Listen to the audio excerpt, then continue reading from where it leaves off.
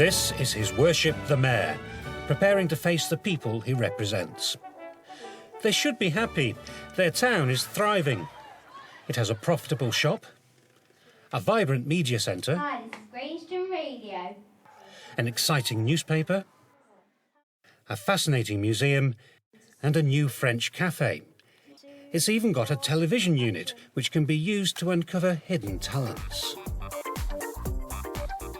Welcome to the town of Grangeton, a community run for the pupils by the pupils. For official purposes, it's also known as the Grange Primary School in Long Eaton in Derbyshire, and the head teacher is Richard Gerver. The first thing I did was to talk to the staff and the children about what they wanted Grange to be, what they aspired for the school, and the same communal themes came through from the staff and the children, although expressed differently. And those were themes about they wanted the place to be fun and to be vibrant and to be exciting. The effect of injecting enjoyment and engaging pupils has been dramatic.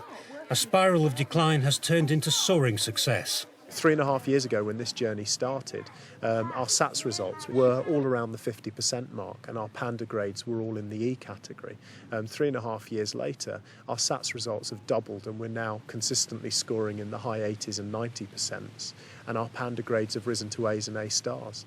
And that isn't as a result of some crude cramming process. The mayor is called Jake, and he won the job after a closely fought election battle against Deputy Mayor Connor. Well, we have all these councillors and they may get issues from their classes and they bring it into council meetings and we try to do something about it. Connor, are you plotting against Jake? No. No? Have you come to some sort of secret agreement over the dinner table in the canteen? So, you take over after a couple of terms, perhaps? Yeah, if, Jake's not here, then I'll stand in his place. Yeah, but he's not promising to stand down or anything like that. Not that I know of. Good morning. Whether Jake becomes a professional politician or not, he's already learned that a high profile is all important, as you'll discover during the course of this programme. Question time happens once a week with the mayor and his cabinet, but you can't please all of the pupils all of the time. I think we should have a bell for the beginning and end of playtime. We'll just have to put up with it. When Grangeton was just a school, it was one of the worst in Derbyshire and had the achievement levels to prove it. The new head teacher immediately embarked on a mission to bring all the fun of the fair into school. One of the first questions I asked the staff here, which looking back on it now seems a bit daft, but people went with me on it, was why can't school be more like Disneyland? In other words, why on a cold February morning, if a child wakes up with a sore throat, do they cough and splutter and look to the heavens and thank God that they're too ill to come to school that day? But if they woke up on the same cold February morning and they were in Paris, they would move heaven and earth to go to Disneyland. And what was the fundamental difference? And why shouldn't school feel more like that? The school couldn't recreate Disney, but it could turn itself into a town. Not so much the Magic Kingdom as the Magic Municipality of Grangeton. The school shop was already in place, but now it's the Grangeton shop, run by pupils who decide when to open and what to sell. Everything healthy, of course. Have you got anything really unhealthy I could buy? Oh, not really. Is there anything with a lot of sugar in? No. Anything with a lot of salt in? So what do you sell? Healthy stuff. Next to open was Grangeton Media Centre. We will also have our very own Grangeton Top 10 and special birthday announcements to all of you out there. But first, let's play our first song. On the first Tuesday after half term, you will be pleased to hear that the Language Cafe is reopening. Year 2 are having a cake stall at their tuck shop on Friday afternoon. Prices start from 10p. Radio Grangeton goes on air over 3 lunchtimes every week, with a programme of pop and features that accurately reflects most local radio stations. What's your job? A producer. What do you have to do? Got to put all the songs on and do the voice checks and stuff so they don't be too loud. Do your stars do what they're told? Yeah. They do. What if they don't? Then they get sacked. Reading the script like that, is that very difficult? Sometimes it can be, because if the other presenter writes it, sometimes you can't read other people's writing sometimes. So what's the trick? What must you always do before you go on air? Have a run through it. And you've got a fan club yet? Well, when we always walk out the door and everyone just cheers on that one. Cheers? Do they? What do they say? Like, yay!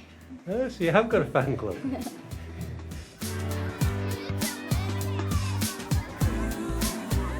You've got to obviously have kids who are confident enough to put the shows out, and they all go through an interviewing process. They're all interviewed, and if they get the job, they get the job. I mean, we've got spare ones if others are off, but at the moment, so it just depends who wants to do what. There's so many things going off in school. They can volunteer for so many different things. Not everybody's choice would be to do radio or media. So the shy and retiring don't miss out, really? no, not at all. There aren't any shy and retiring children in this school. The programme goes out live, but the features are pre-recorded by the station's reporters. This interview, and yes, that is Jake the Mayor, concerns the latest enterprise that's coming to town, the Language Cafe. Have you had to learn any skills to be in the language cafe? Yes, speaking French. Yes, how to deal with customer issues. If you give children the opportunities, they will constantly amaze you. An example of that being the ability of some of our editors in the radio station who apparently are working towards AS level in media studies.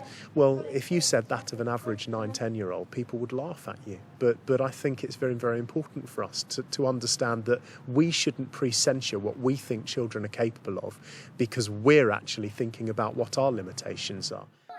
The Media Centre is also used to produce films. This latest production ties in with classroom work, a modern-day version of Romeo and Juliet. What does the camera allow us to do that we can't do with our own eyes? Zoom in and out. Zoom in and out. We can get close-up shots, we can get long shots, we can get big open shots. Action! No! Cut.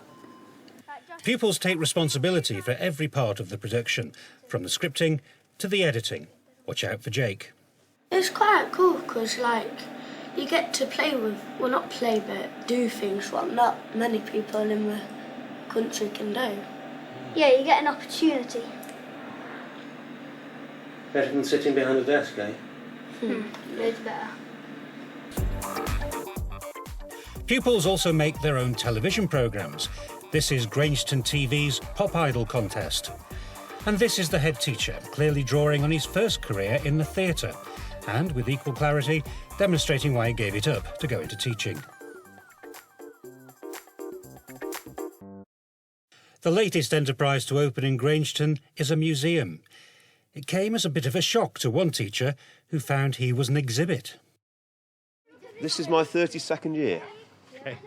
So it'd be silly to ask if you've seen some changes over the years. We've seen a fair number of changes over the years, yes, from the total freedom that we had in the early 70s to obviously sort of much more prescription, and now the wheel is starting to turn again.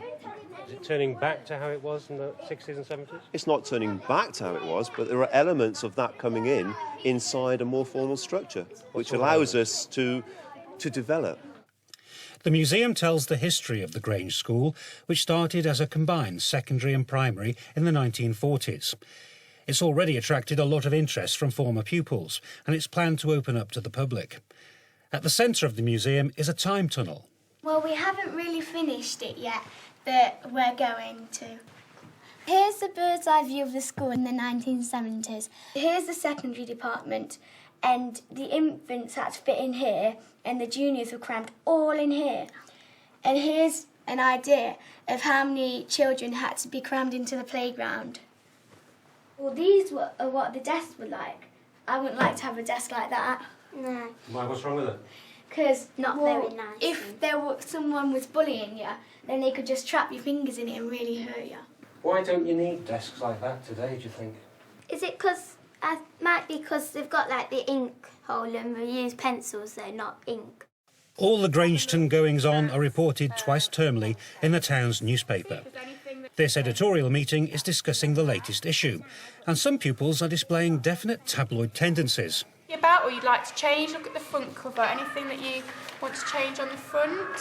could have a big picture. Right, a bigger picture on the front page. That's a good idea, isn't it? Jessica, why do you think there should be a big picture on the front page?